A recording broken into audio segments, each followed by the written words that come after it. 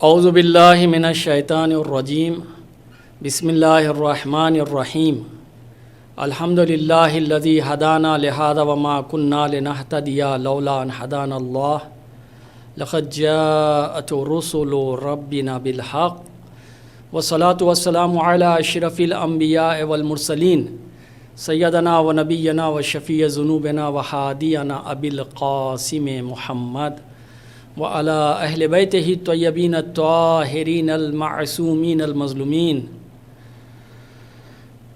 اما بعد فقط قال رسول اللہ صلی اللہ علیہ وآلہ وسلم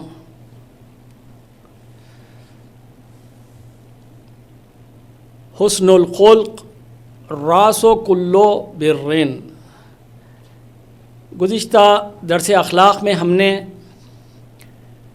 اخلاق کی اہمیت اور معاشرے میں اخلاق کی ضرورت کو ہم نے بیان کیا تھا۔ آج ہم علم اخلاق کی تعریف کرتے ہیں کہ علم اخلاق کسے کہتے ہیں۔ علم اخلاق ایک ایسا علم ہے کہ جو انسان کو یہ بتاتا ہے کہ وہ دنیا میں کس طرح سے زندگی گزارے، اور علم اخلاق انسان کی قوت استطاعت اور لیاقت کے بارے میں گفتگو کرتا ہے۔ جیسا کہ گزشتہ درس میں ہم نے بیان کیا تھا کہ انسان صفات اخلاق کے ذریعے سے صفات رذائل کو صفات حسنہ میں بدل دیتا ہے، یعنی اپنے میں جو خامیاں ہیں، جو برائیاں ہیں، اس کو دور کرنا۔ اور قوت استعداد جو انسان کے پاس ہے، جس کا رابطہ نباتی، حیوانی اور انسانی سے اس کا تعلق رہتا ہے، تو قوت استعداد یہ حکم دیتی ہے کہ انسان اپنے فضائل کو رذائل سے الگ کرے۔ جب ایسا ہوگا تو نتیجے میں نیک اعمال جو انسان کے اندرونی فضائل سے تعلق رکھتے ہیں وہ ابھر کر سامنے آئیں گے۔ اب انہی فضائل کا سہارا لیتے ہوئے انسان اپنے کو کمال مطلق یعنی اللہ تعالیٰ تک پہنچا سکتا ہے۔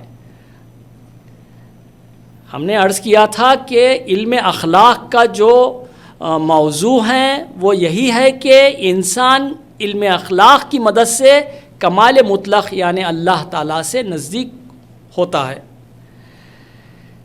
جیسے کہ تمام علوم میں اگر ہم دیکھیں گے کہ موضوعات بہت اہمیت رکھتے ہیں، جس طرح سے علم نحو کا موضوع کلمہ اور کلام ہیں، علم فقہ کا موضوع افعال مکلفین ہیں، علم منطق کا موضوع معرف اور حجت ہے، اور فلسفے کا موضوع موجود بما ہوا موجود ہیں، اور علم کلام کا موضوع عقائد اسلامی ہیں اور اوضاع شریعت ہیں، اور اس طرح سے علم اخلاق کا موضوع قرب الہی ہے، یعنی کمال مطلق تک انسان پہنچتا ہے علم اخلاق کی مدد سے۔ تو علم اخلاق کا موضوع یعنی قرب الہی اختیار کرنا، اللہ سے قریب ہونے کے لیے ہم علم اخلاقیات کو ہم زور دیتے ہیں۔ جس طرح علم کا موضوع یعنی ہر علم کا ایک موضوع اشرف ہوتا ہے، آپ کے معتبر ہوتا ہے، اشرف العلوم کہلایا جاتا ہے۔ علم توحید کے بعد اگر ہم دیکھتے ہیں تو علم اخلاق اشرف علوم ہے۔ اگر تمام علوم میں اگر اشرف علم ہے تو وہ علم توحید اور خدا شناسی کے بعد ہے۔ علم اخلاق کی اہمیت کے پیش نظر اس کی تعلیم اور تربیت بھی اب ضروری ہو جاتی ہیں، جس کے سبب انسان اپنے کو کمال تک پہنچا سکتا ہے۔ سوال یہ پیدا ہوتا ہے کہ انسان کے لیے اخلاق کی ضرورت کیوں پڑی؟ آخر کیا ضرورت ہے؟ جبکہ اتنا ترقی یافتہ زمانہ ہے، ہر چیز سے انسان جو ہے آراستہ ہے، تو پھر اخلاق کی ضرورت کیوں پڑ رہی ہے؟ تو انسان کے لیے ہم یہی کہیں گے کہ وہ بالفعل حیوان ہیں اور بالقوہ وہ انسان ہیں۔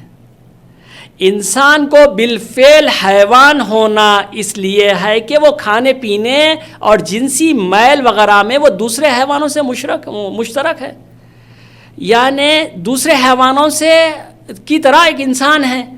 اگر ہم بالفعل اگر حیوان کی انسان کو اگر ہم دیکھتے ہیں تو وہ حیوان کی طرح ہے، وہ بھی کھاتا پیتا ہے، وہ بھی جو ہے آپ کے جنسی میل رکھتا ہے، لیکن انسان کا بالخوا انسان ہونا اس کے معنی یہ ہے کہ وہ اپنے میں جو خوبیاں ہیں اس کو وہ ابھار کر اور صحیح تعلیم و تربیت کے ذریعے سے تہذیب نفس کا سہارا لے کر، اچھے اخلاق کا سہارا لے کر وہ انسان اپنے خوبیوں کو ظاہر کر سکتا ہے، جو ایک حیوان نہیں کر سکتا۔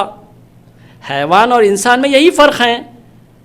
حیوان انسانوں کی طرح کھاتا پیتا ہے، جنسی میل رکھتا ہے، لیکن انسانوں میں جو بالخوا جو استعداد ہے وہ حیوانوں کے پاس نہیں ہے، وہ جانوروں کے پاس نہیں ہے کہ وہ اپنے خوبیوں کو ابھار کر کمال مطلق سے نزدیک ہو، جو انسان کے علاوہ کسی اور حیوان میں نہیں پائی جاتی۔ انسان جب بھی اپنی بالخوا والی صفت کو اجاگر نہ کرے وہ بلند مرتبہ انسانیت پر فائز نہیں ہو سکتا۔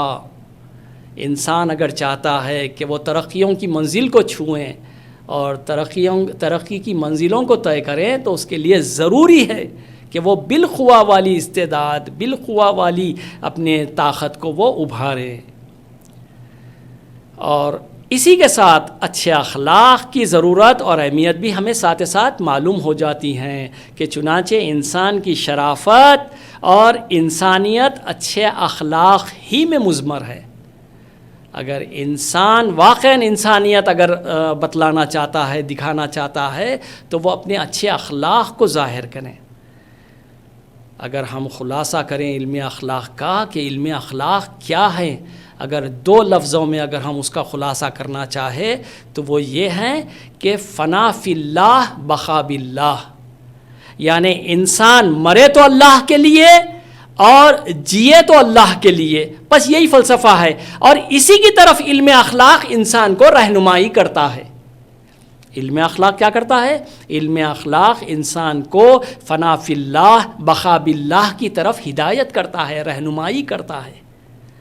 اور عظمت علم اخلاق کے متعلق جیسا کہ سورہ جمعہ کی آیت کی ہم نے تلاوت کی تھی کہ یزکیہم ویعلمہم الکتابہ کا، کہ نبیوں کا دنیا میں آنا، خصوصاً ہمارے نبی اکرم صلی اللہ علیہ وآلہ وسلم سے متعلق جو سورہ جمعہ میں دوسری آیت میں جو عرض ہوا ہے وہ یہی ہے کہ نبی تزکیہ نفس کرواتا ہے اور کتاب و حکمت کی تعلیم دیتا ہے۔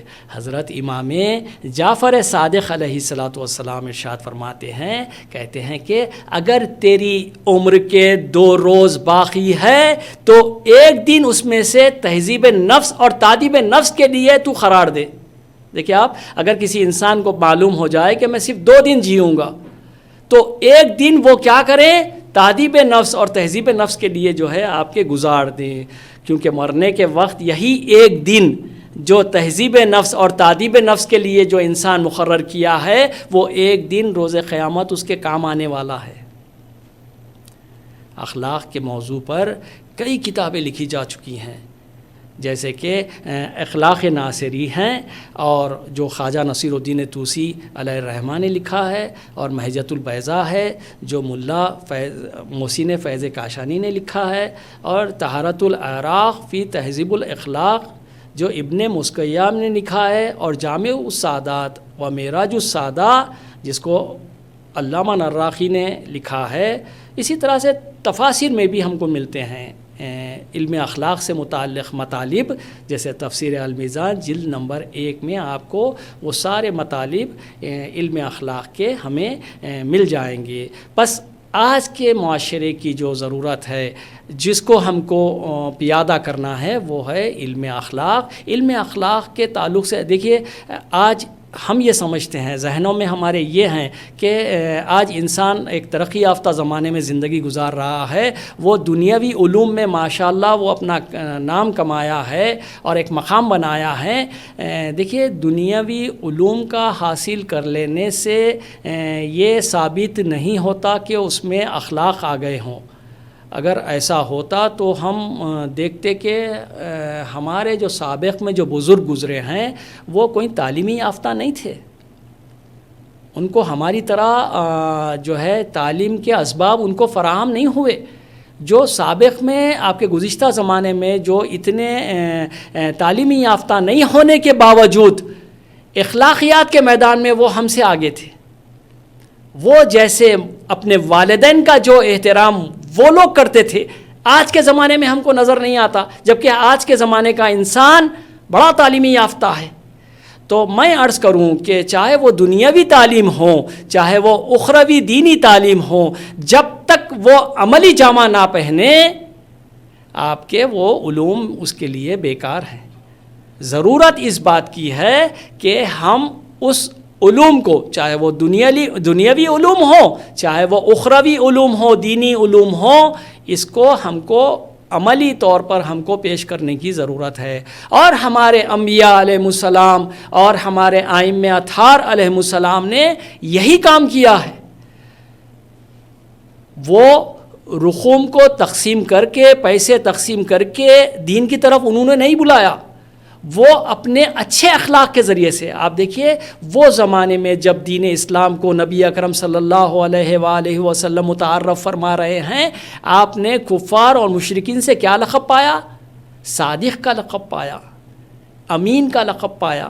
اسی طرح سے ہمارے ائمہ اطہار علیہ السلام، جو کہ ان کی زندگی کا ایک اہم شعبہ، ایک اہم حصہ ان کے اچھے اخلاق ہیں، وہ اپنے اچھے اخلاق کے ذریعے سے لوگوں کو جلب کرتے تھے، اپنے سے نزدیک کرتے تھے اور خدا سے جوڑتے تھے۔ یہ بہت اہم کام ہے۔ اگر ہم یہ انبیاء علیہ السلام کے وظیفے کو اور ائمہ معصومین علیہ السلام کے وظیفے پہ اگر ہم عمل پیرا ہو تو یقیناً آج ہمارے معاشرے کے، سوسائٹی کے، ہمارے ماحول کے جو مشکلات ہیں وہ سب برطرف ہو جائیں گے۔ صرف ہم کو ان کی سیرت کو اپنانے کی ضرورت ہے، انبیاء علیہ السلام کی اور ائمہ معصومین کی۔ اور وہ یہ کیا کرتے تھے؟ وہ صرف اور صرف اچھے اخلاق کو لوگوں کے درمیان میں پھیلاتے تھے، اور اچھے اخلاق کا مظاہرہ کرنا، جبکہ شاید ممکن ہو آج کے زمانے میں اخلاق پیش کرنا واقعاً مشکل ہوگا، لیکن آپ ضرورت اسی بات کی ہے کہ آپ اخلاق کو پیش کریں۔ ضرورت نہیں ہے کہ جو ہے آپ برے کا جواب برائی سے دیں، نہیں، برے کا جواب آپ اچھائی، اچھے اخلاق سے دے سکتے ہیں، اور اسی اخلاق سے لوگوں کو ہم کو متاثر کرنا ہے۔ اور دین اسلام جو کہ آج ہمارے ہاتھوں میں ہے، وہ انبیاء علیہ السلام اور ائمہ معصومین علیہ السلام کی امانت ہے۔ اس امانت میں ہم کو خیانت نہیں کرنا ہے۔ اس امانت کو ضرورت ہے کہ ہم اپنے اچھے اخلاق، اچھے کردار کے ذریعے سے، میں عرض کیا کہ سابق میں ہمارے بزرگ اتنے تعلیمی یافتہ نہیں تھے، لیکن ان کے پاس اخلاقیات تھے۔ آج ہمارے پاس سب کچھ ہے، لیکن اگر کسی چیز کی کمی ہے تو وہ ہے اچھے اخلاق۔ والسلام علیکم ورحمۃ اللہ وبرکاتہ۔